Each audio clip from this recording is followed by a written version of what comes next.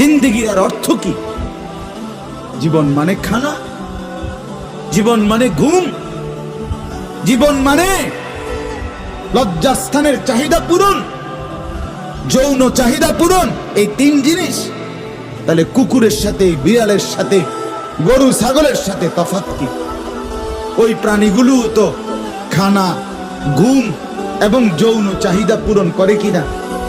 কথা বলেন না কেন? কুকুরের ছাও আছে কিনা? তো কুকুর বিড়াল খায় কিনা? কুকুর বিড়াল ঘুমায় কিনা? তো তোমার সাথে তফাৎ কি? বেনামাজি বলে সেজদা নাই যার কপালে, আমনের লগে জানোয়ারের পার্থক্য কথা? আমনে খাড়াইয়া কোন ভিডিও করু আমনে কম। হ্যাঁ হ্যাঁ বলেন, এখন বলেন, আমরা শুনি, এনে 10 জনে বিচার করুন। পার্থক্য কোন? আপনার সাথে জানোয়ারের তফাৎ কি?